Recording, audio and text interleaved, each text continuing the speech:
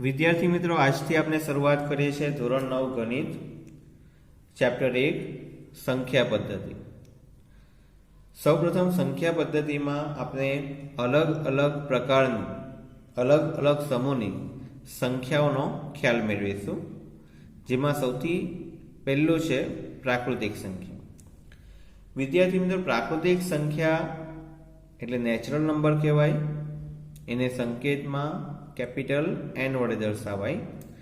प्राकृतिक संख्या एटले 1 2 3 डॉट डॉट डॉट एटले तमारे जेटલું બોલવું હોય એટલું બોલી શકો। એમાં તમામ પ્રકારના ધન પૂર્ણાંકો આવે। प्राकृतिक संख्याની શરૂઆત એટલે 1 થી થાય। બીજું, प्राकृतिक संख्या અનંત છે। સૌથી નાની प्राकृतिक संख्या 1 છે, જ્યારે સૌથી મોટી प्राकृतिक संख्याનું અસ્તિત્વ નથી। आने संकेत में लखवू होय तो कैपिटल एन बराबर छगड़िया काउंस में 1 2 3 dot dot dot dot dot dot नो मतलब थाय अनंत। हवे आपने समझी लो कि 10 अबज बोलीए तो 10 अबज पछी कोई व्यक्ति 10 अबज 1 बोले तो ये पण एना पछीनी संख्या थई गई। 100 अबज पण बोलाय, 1000 अबज पण बोलाय। एटले आ संख्यानो कोई अंत नथी, एटले आ संख्या केवी छे? अनंत छे। प्राकृतिक संख्या एटले 1 2 3 डॉट डॉट डॉट। नेक्स्ट, बीजो आपने ख्याल मेळवीए विद्यार्थी मित्रों, पूर्ण संख्या। तो पूर्ण संख्या एने इंग्लिश में होल नंबर कहेवाय, जेमां डब्ल्यू तमारो साइलेंट छे एटले एने संकेत में डब्ल्यू वडे दर्शावाय छे। विद्यार्थी मित्रों, जे प्राकृतिक संख्या छे एमां फक्त आपणे 0 उमेरीए एटले जे संख्या मळे ते बधी पूर्ण संख्या कहेवाय। એટલે પૂર્ણ સંખ્યા w બરાબર 0 1 2 3 ડોટ ડોટ ડોટ। એનો મતલબ એ થાય કે સૌથી નાની પૂર્ણ સંખ્યા 0 છે અને સૌથી મોટી પૂર્ણ સંખ્યાનું અસ્તિત્વ નથી। જેમ પ્રાકૃતિક સંખ્યા અનંત છે, તેમ પૂર્ણ સંખ્યા પણ અનંત છે। બંનેમાં ફરક એટલો જ છે કે પૂર્ણ સંખ્યામાં 0 નો સમાવેશ થાય છે। આપણે એક પછી એક મોટી સંખ્યા જોઈએ છે। વિદ્યાર્થી મિત્રો, ત્યારબાદ નંબર 3 પર આવે છે પૂર્ણાંક સંખ્યા। પૂર્ણાંક સંખ્યા એને ઇંગ્લિશમાં ઇન્ટીજર કહેવાય, જેનો जर्मन जे नेम छे जेलेम तेना परथी शब्द आवेलो छे जेड। पूर्णांक संख्या एटले तमाम प्रकारनी प्राकृतिक संख्या एटले 1 2 3 4 5 6 ते बधी, तेमनी विरोधी संख्या। विरोधी संख्या बनाववा माटे कोईपण संख्यामां आगळ माइनसनुं साइन तमारे लगाववुं पड़े। फॉर एक्जाम्पल 1 होय तो विरोधी शुं कहेवाय? -1। 2 होय तो -2। 3 होय तो -3 અને 0 નો સમાવેશ થાય છે। પૂર્ણાંક સંખ્યા અનંત છે। સૌથી નાની તેમાં સૌથી મોટી પૂર્ણાંક સંખ્યાનું અસ્તિત્વ નથી। z બરાબર છગડીયા કૌંસમાં, હવે અહીંયા આપણે પેલા વચ્ચેથી બોલવું પડશે 0, જમણી બાજુ જાઓ તો 1 2 3 ડોટ ડોટ ડોટ, અને ડાબી બાજુ -1 -2 -3 डॉट डॉट डॉट। विद्यार्थी मित्रों, हवे आपणे जे नंबर 4 अने जे बहु ज अगत्यनी संख्याओनो गण छे ते नंबर 4 छे सममेय संख्याओ।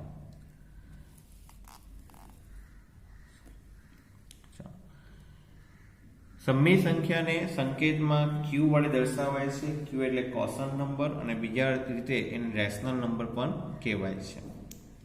सममेय संख्या में नीचे मुजबनी संख्याओं समावेश थाय छे। हवे आज छे ते विद्यार्थी मित्रों आपणे जाते तैयार करेलुं छे, जे एक्जाम ओरिएंटेड अने जे दाखला माटे आपणे जे कामनो छे ए बेस पर तैयार करेलुं छे। तमारी टेक्स्टबुक में व्याख्या आ प्रमाणे आपेली छे कि जे संख्याने अंश अने छेदमां दर्शावी शकाय એટલે p/q वडे दर्शावी शकाय ए तमाम संख्याने सममेय संख्या कहेवाय, ज्यां p ए कोईपण पूर्णांक संख्या होई शके અને q એ શૂન્યેતર પૂર્ણાંક સંખ્યા હોઈ શકે। એટલે છેદ તરીકે શૂન્ય સિવાય કોઈ પણ ધન પૂર્ણાંક અથવા ઋણ પૂર્ણાંક હોઈ શકે। ચાલો હવે આપણે જે એક્ઝામ પર્પઝ માટે કામનું છે ને જે દાખલા માટે આપણે કામનું છે એ રીતે આપણે જોઈએ. તો વિદ્યાર્થી મિત્રો, સમય સંખ્યામાં છે 3 સંખ્યાનો સમાવેશ થાય, એ ખાસ યાદ રાખજો. પહેલું તમામ પ્રકારની પૂર્ણાંક સંખ્યાઓ, એટલે પહેલું તમારું ઉપરની બધી તમારી આવી ગઈ તમામ પ્રકારની પૂર્ણાંક સંખ્યા, એટલે ધન પૂર્ણાંક આપેલો હોય, ઋણ પૂર્ણાંક આપેલો હોય કે શૂન્ય આપેલો હોય, એ તમામ પ્રકારની પૂર્ણાંક સંખ્યા એ સમય સંખ્યા છે. સમય સંખ્યામાં વિદ્યાર્થી મિત્રો સેકન્ડ છે શાંત દશાંશ સંખ્યા. કદાચ આનો ખ્યાલ તમે પહેલી વાર મેળવતા હશો. વિદ્યાર્થી મિત્રો, શાંત દશાંશ સંખ્યા એટલે એવી સંખ્યા કે જેમાં અંશ અને છેદનો ભાગાકાર કરવાથી તમને શેષ જે છે તે શૂન્ય મળી શકે. ફોર એક્ઝામ્પલ 2.5, 2.75, 3.7, 6.125 વગેરે. પાછું કહું છું, શાંત દશાંશ એટલે એવી સંખ્યા કે જેમાં પોઈન્ટ પછી નિશ્ચિત અંક આવે ને પછી સંખ્યા પૂર્ણ થઈ જાય, એટલે એમાં જે શેષ છે તે આપણે શૂન્ય મળી શકે. એક્ઝામ્પલ ખાસ યાદ રાખવાના. એક્ઝામ્પલ યાદ રાખે એટલે સંખ્યા આવે ને તો ઓળખતા તરત આવડી જાય. ત્રીજી છે અનંત આવૃત દશાંશ સંખ્યા. કેટલીક વખત આને અનંત અને આવૃત દશાંશ સંખ્યા પણ કહેવાય છે. નામ પરથી સમજીએ. અનંત એટલે જેનો કોઈ અંત નથી. આવૃતનો મતલબ છે પુનરાવર્તન, જેને ઇંગ્લિશમાં કહેવાય રિપીટેશન. એની વ્યાખ્યા આપેલી છે તે જોઈ લઈએ. જે સંખ્યાનો ભાગાકાર કરતા અમુક નિશ્ચિત અંક જ પુનરાવર્તન પામતા હોય તેને અનંત આવૃત દશાંશ સંખ્યા કહે છે.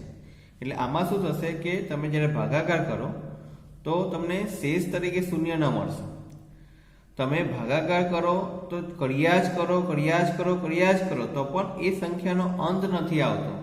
તમને ચોક્કસ કોઈ પણ પૂર્ણાંક પછી સંખ્યા અટકતી નથી. તો આવી જે સંખ્યા છે એમાં 2 પ્રકારની સંખ્યા આવે છે. પહેલેથી કહી દઉં છું, અનંત આવૃત અને અનંત અનાવૃત. હમણાં આપણે જોઈએ છે અનંત આવૃત સંખ્યા. એટલે આમાં પોઈન્ટ પછી તમે જે ભાગાકાર કરો છો તો ભાગાકારમાં જે સંખ્યા છે તે અમુક અંક પછી ફરીથી રિપીટ થશે. નીચે એક્ઝામ્પલ લખેલો છે. પહેલી ફોર એક્ઝામ્પલ 2.13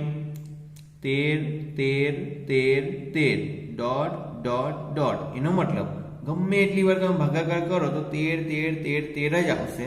એટલે આ સંખ્યાને આપણે સંકેતમાં લખાશે 2.13. તમે જેવું ઉપર 12 કરો એટલે સમજ પડી જશે લોકોને કે આમાં 13 વારંવાર આવશે. જેમ આપણે ડોટ કરીએ છીએ એનો મતલબ લોકોને ખબર પડી જાય. ફોર એક્ઝામ્પલ 1, 2, 3 પછી ડોટ કરો એનો મતલબ 4, 5, 6 બધું જ આવે છે.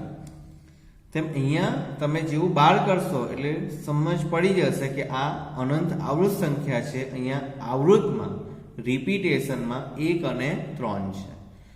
એને બીજા અર્થમાં લખવું હોય તો 2 પોઈન્ટ, 1ની ઉપર ડોટ અને 3ની ઉપર ડોટ, બંનેનો અર્થ સેમ જ છે.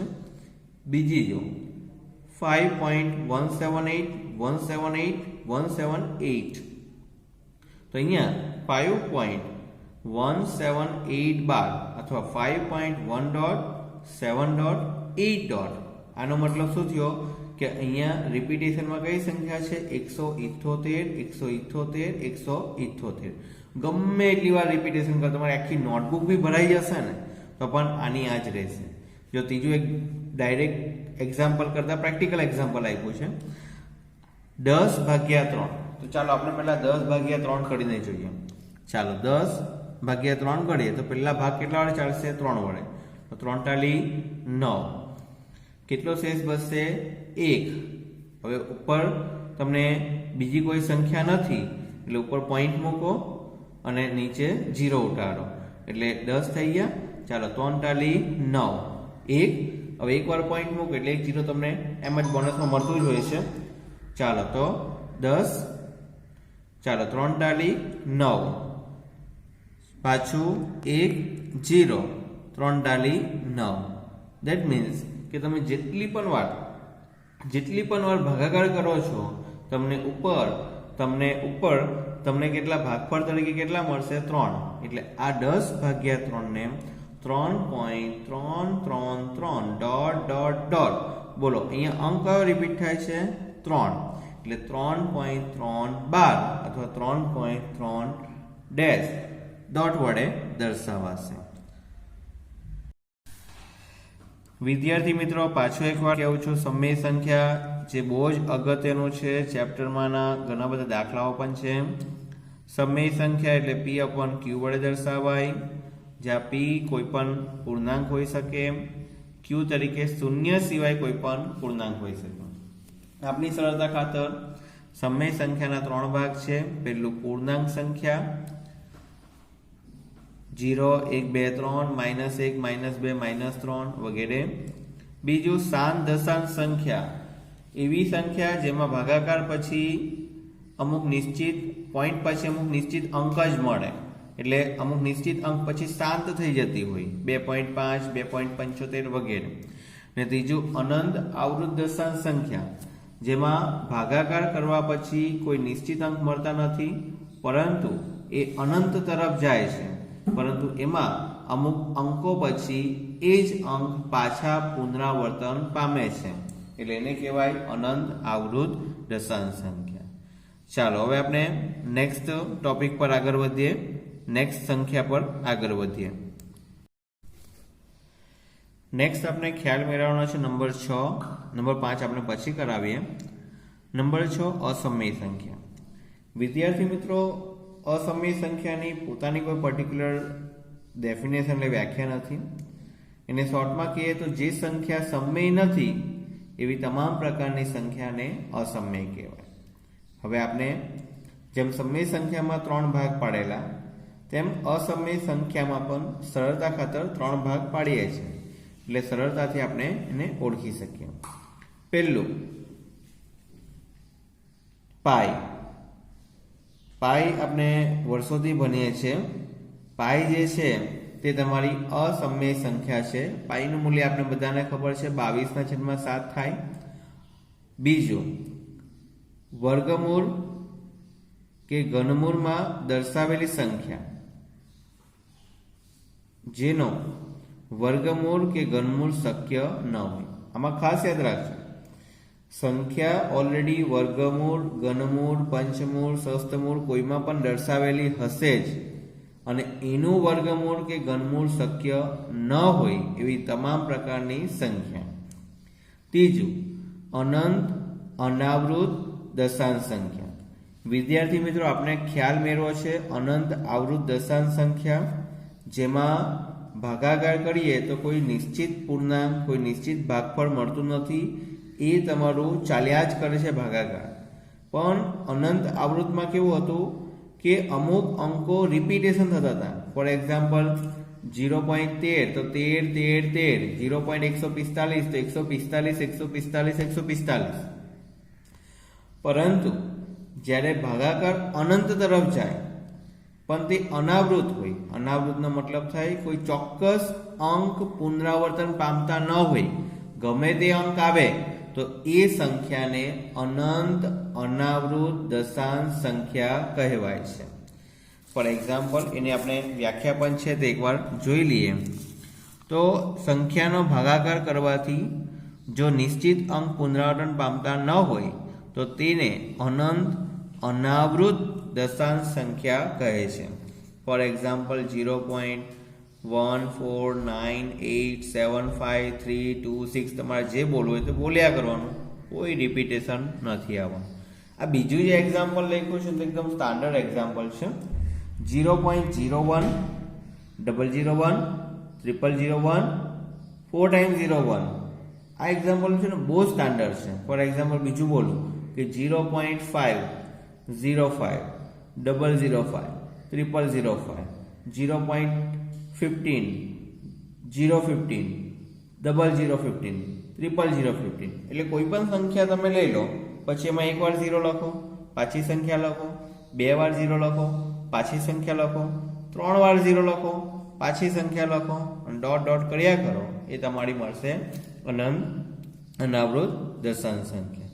વિદ્યાર્થી મિત્રો, આમ તમે જોવા જાઓ તો પાઈ પણ તમારી અનંત અનાવૃત દશાંશ સંખ્યા જ છે. જો તમારે ભાગાકાર કરીને જોવો હોય તો જોઈ લેજો. 22/7 કરશો ને તો ત્યાર પછી એ અનંત તરફ ચાલ્યા જ કરશે, પણ એમાં કોઈ પણ તમને પુનરાવર્તન પામતો અંક મળશે નહીં. અચ્છા, કેટલાકના મનમાં ખ્યાલ આવશે કે આપણે 3.14 વડે તો દર્શાવીએ છીએ, પણ એ તો પોઈન્ટ પછી ખાલી 2 વેલ્યુ આપણે લખવાની હોય એટલે લખીએ છીએ. બાકી ભાગાકાર કરશો તે આગળ જશે જ. તમારો ભાગાકાર 3 પછી 3.1 4 પછી પણ તમને અમુક સંખ્યા મળ્યા જ કરશે. ચાલો, હવે આપણે આનો છેલ્લો ખ્યાલ, સંખ્યાઓમાં છેલ્લો ખ્યાલ એટલે વાસ્તવિક સંખ્યા. વિદ્યાર્થી મિત્રો, વાસ્તવિક સંખ્યા એટલે એને ઇંગ્લિશમાં રિયલ નંબર કહેવાય. વાસ્તવિક સંખ્યામાં સમય સંખ્યા પણ આવી જાય અને અસમય સંખ્યાઓ પણ આવી જાય. શોર્ટમાં વાસ્તવિક સંખ્યા એટલે સૌથી મોટામાં મોટો ઘન છે, જેમાં તમામ પ્રકારની સંખ્યાઓનો સમાવેશ થઈ જાય છે. ઓકે, એ પ્રમાણે આપણે 6 અલગ અલગ પ્રકારની સંખ્યાઓ ભણ્યા.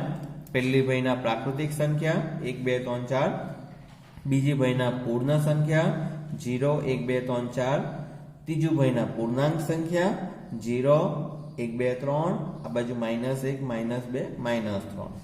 ચોથી ભણ્યા સમય સંખ્યા, જેને p/q વડે દર્શાવાય. તેમાં 3 સંખ્યા આવે: પૂર્ણાંક સંખ્યા, અનંત આવૃત દશાંશ સંખ્યા અને શાંત દશાંશ સંખ્યા. નેક્સ્ટ ભણ્યા અસમય સંખ્યા, તેમાં પણ 3 સંખ્યા આવે. પહેલું પાઈ, બીજું વર્ગમૂળ કે ઘનમૂળમાં દર્શાવેલી સંખ્યા જેનું વર્ગમૂળ ઘનમૂળ શક્ય ન હોય, ને ત્રીજું અનંત અનાવૃત દશાંશ સંખ્યા. અને છેલ્લે વાસ્તવિક સંખ્યા, જેને રિયલ નંબર્સ કહેવાય, જેમાં સમય સંખ્યાનો સમાવેશ પણ થઈ જાય અને અસમય સંખ્યાઓનો પણ સમાવેશ થઈ જાય. વિદ્યાર્થી મિત્રો, એક આપણે અગત્યનો નિયમ ભણી લઈએ.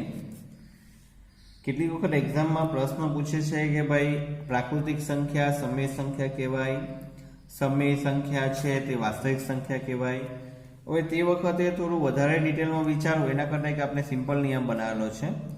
આપણે ભાઈના સૌથી પહેલા તમારી કઈ સંખ્યા આવે? પ્રાકૃતિક સંખ્યા, એટલે એને n કહેવાય. ત્યારબાદ બીજી સંખ્યા પૂર્ણ, એને w વડે દર્શાવાય.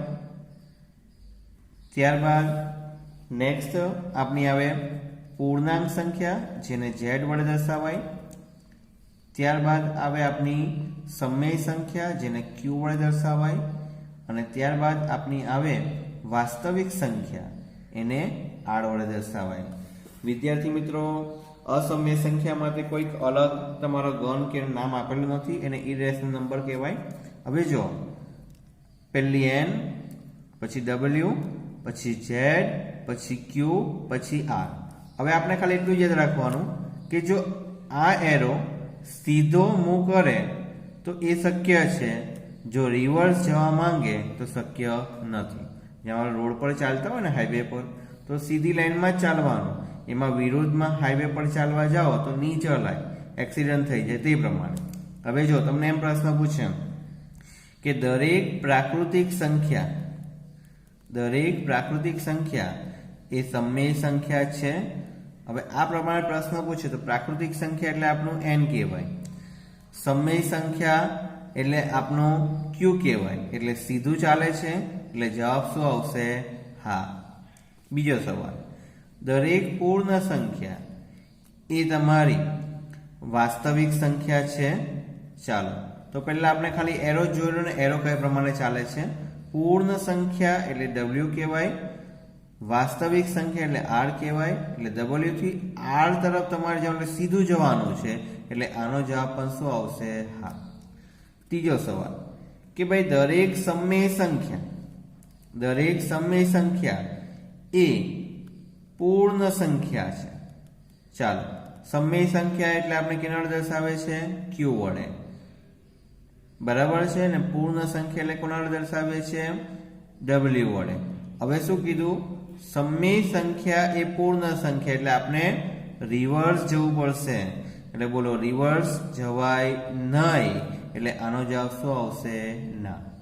આ જે શોર્ટકટ ટ્રીક છે તે તમને બહુ બધા ક્વેશ્ચન પૂછે એ બધા ક્વેશ્ચનમાં કામ લાગશે અને આમાં શું છે તમારું માઇન્ડ પણ બહુ તમારે ક્રશ કરવું નહીં પડશે, ઇઝીલી તમને આન્સર આવડી જશે. ચાલો તો આટલું જે આપણે આજે બનાવેલું છે એ પરફેક્ટ એવું લાગે તો નોટબુકમાં લખી દેજો. અને બીજું કે નેક્સ્ટ લેક્ચરમાં આપણે મળીશું ત્યારે સ્વાધ્યાય 1.1 એ આપણે સ્ટાર્ટ કરીશું. ત્યાં સુધી આટલું રિવાઇઝ કરી દેજો. સર્વને જય સ્વામિનારાયણ. Thank you.